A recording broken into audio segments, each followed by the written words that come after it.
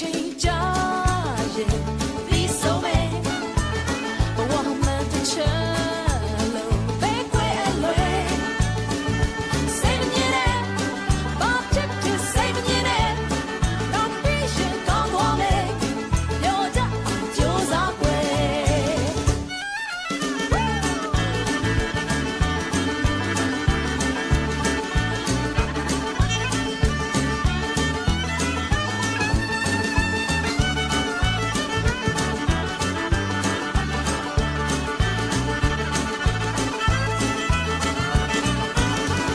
အချိန်တွေဟာနေ